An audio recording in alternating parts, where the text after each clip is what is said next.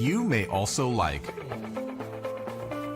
A show about the things you may also like. Things like... How did you two meet?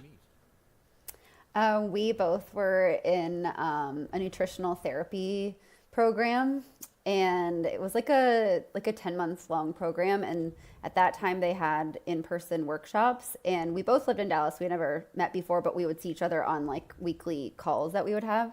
And we just sat next to each other, and we were like best friends instantly. We realized that like we had so much in common. Same hairstylist at the time. My kids went to school right down the street from her, where she was currently living. Like just like so many similarities. I mean, this is the story of two people who just, hey, we both want to be healthy.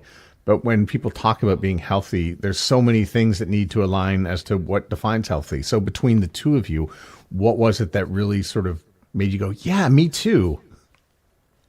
I really don't think that anything from a physical standpoint was like a me too. I think it was more so this resilient quality in Jess that I was like instantly like gravitated towards. It was like she had this fighter instinct. She stood out in a crowd.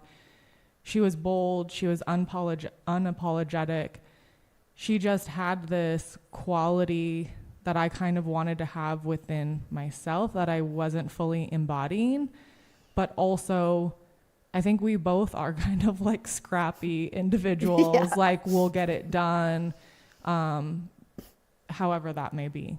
And I thought that like I, had lived in Dallas for a number of years, and I hadn't really connected with many people that I felt similar to people that like maybe I grew up with, or that I could share similar humor with. Like we both have two brothers, and so we're not these like girly girl, your typical like Dallasite that I've been around. And I just felt like she was one of the first people that I could like really be myself with and not feel judged, and just really the both of us just be super real together.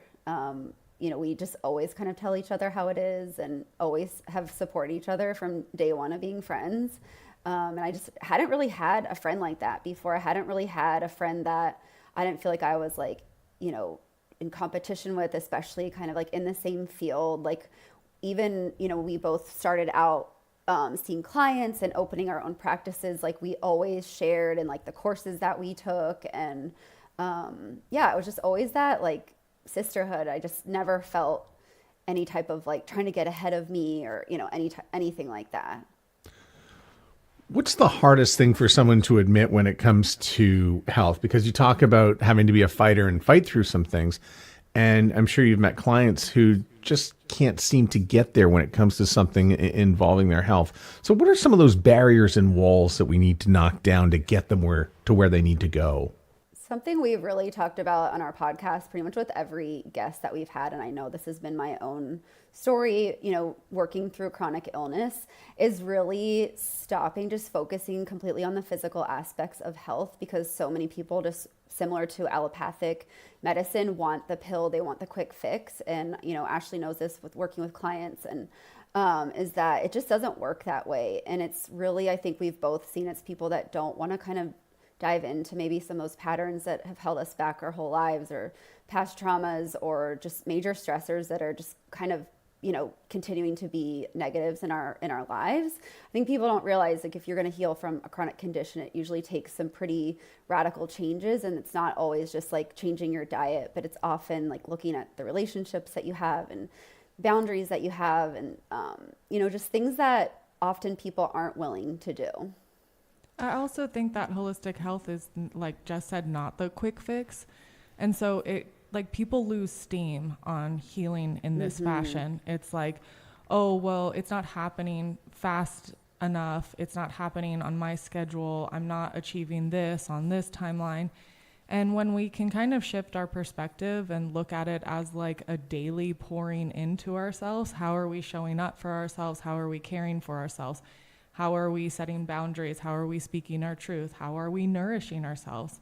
How are we loving ourselves well? That's when we can make those shifts. It just oftentimes we're not trained, we're not shown how to give ourselves that type of love. And oftentimes, like for my clients, it's really hard to witness, but a lot of people get in their own way.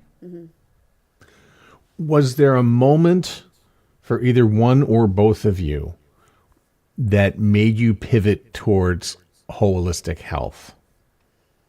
For me, it was, I was myself and my children became chronically ill, and I had always been in kind of like the holistic world in terms of like diet. I own a healthy restaurant, and so that was something that I was very open to, but I hadn't had to really utilize a lot of the healthcare system, and we were kind of going through that process and not getting answers, and I really had to take it upon myself to study and learn how to really help myself and my children to get to where we are today.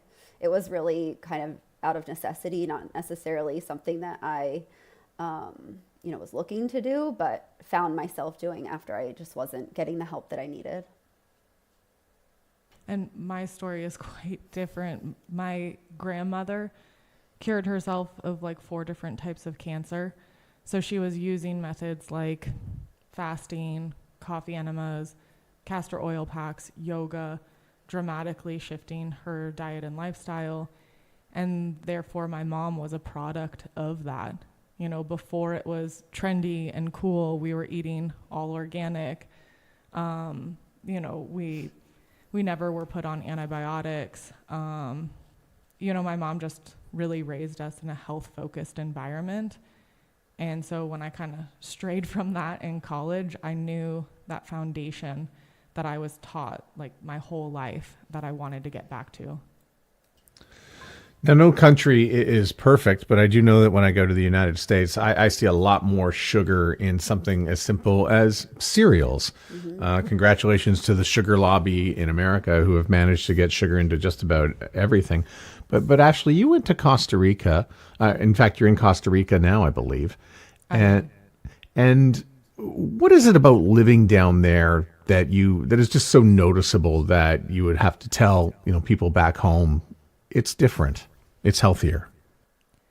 I can't say that the diet or like the culture around diet is any healthier than the United States. I think they reward their kids with really crappy candy that's, filled with food coloring and high fructose corn syrup. However, it's more of the lifestyle that is such a tangible difference. They put such a importance on family, work-life balance, time in nature, time not only in nature, but like connected to the wisdom of nature. So whether that's medicinal herbs or growing your own food or having your own chickens, being really, from an ancestral standpoint, connected to the earth and how it provides. Why did you guys decide to start a podcast?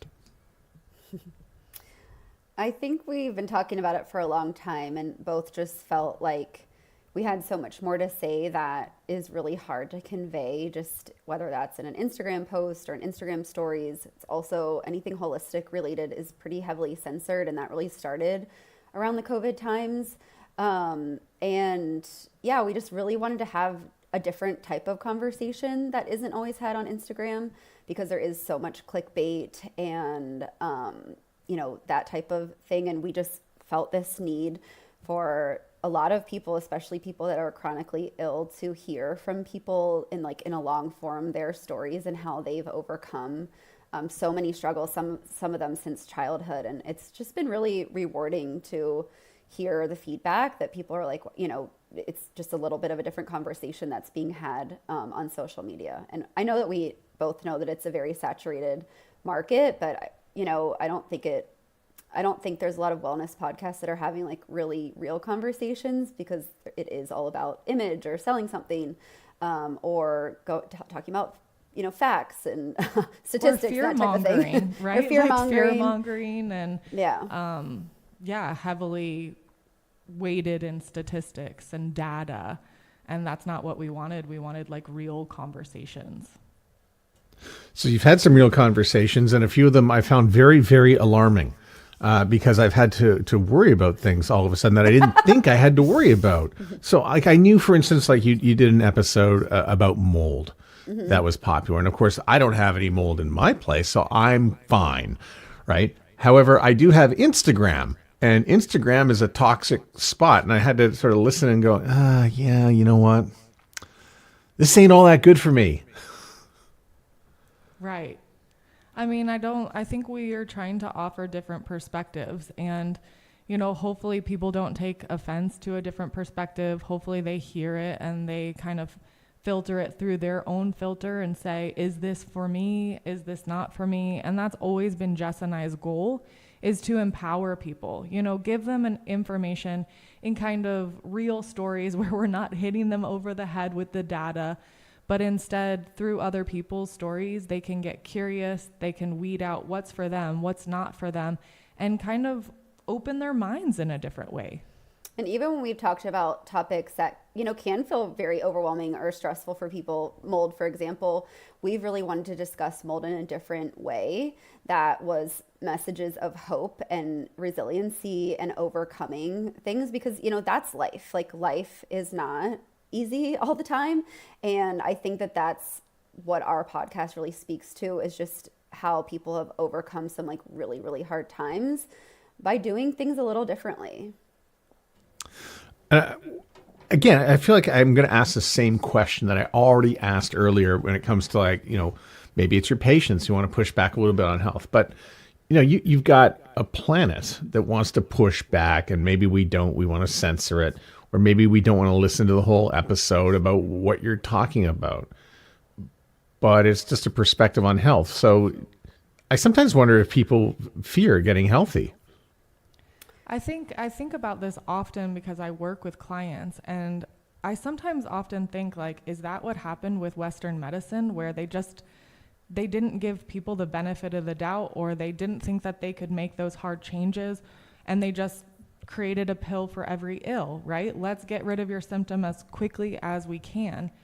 And I think of that often, and I have to say that I don't believe that to be true. I think that we are definitely fighting an uphill battle in regards to having to advocate for yourself, having to do your own research, having to make hard changes, having to look at yourself through a different lens. These are really difficult things that I don't think we are taught, and we're definitely not celebrated when we do these things, right? You don't get a gold medal once you cross the finish line of having optimal health. And what does optimal health even mean? So I think that it's kind of this nuanced topic that a lot of people, just purely based on confusion, don't even dip their toe in.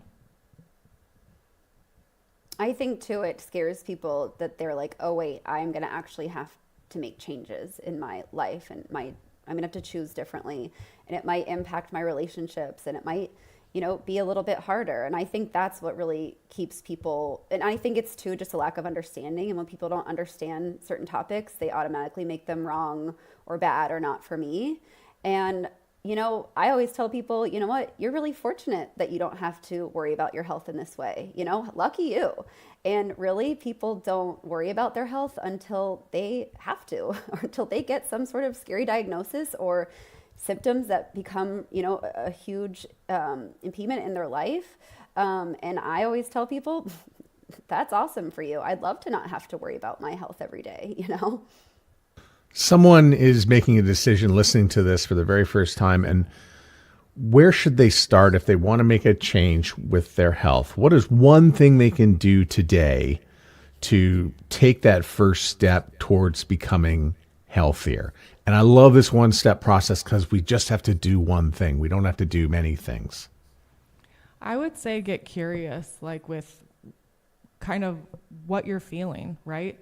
I think a lot of people, the bar is set so low in regards to how I quote unquote should feel, that they don't actually know how good they can feel. So getting curious is always a good option as a first step in, like, if I could have a perfect body and a healthy mind and all of that, what would be some of the changes that I would want? Like, oh, actually, you know what? When I eat this, my gut hurts. Or when I don't drink enough water, I have a headache. Like, if we can just get curious about how our body is communicating with us, I think that's an incredible first step, because we're not only able to kind of understand how our body's communicating, but we can then empower ourselves to kind of know what we would then want to change.